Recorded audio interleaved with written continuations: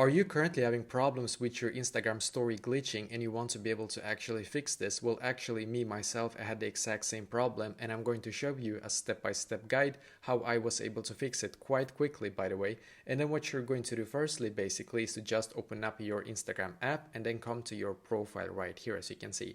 And now when you're on your profile, then what you're going to do, you're going to swipe all the way in top right here, as you can see, and then you're going to click on the three lines in the top right corner. So click on the three lines, and as you can see, we get to this page right here where we can actually see all of these options, which is perfect. So what you're going to do now is to just click on settings and privacy, as you can see, and it's just going to take a couple of seconds for this to load, and perfectly, as you can see, we should now be taken to this page. Now what you're going to do on this page is to just scroll down a little bit in here until you can see where it says help. So click on help in here, and then click on report a problem.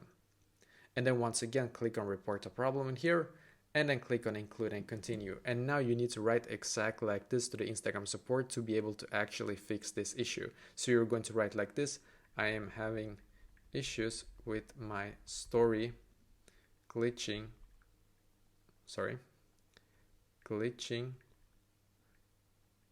in my Instagram account.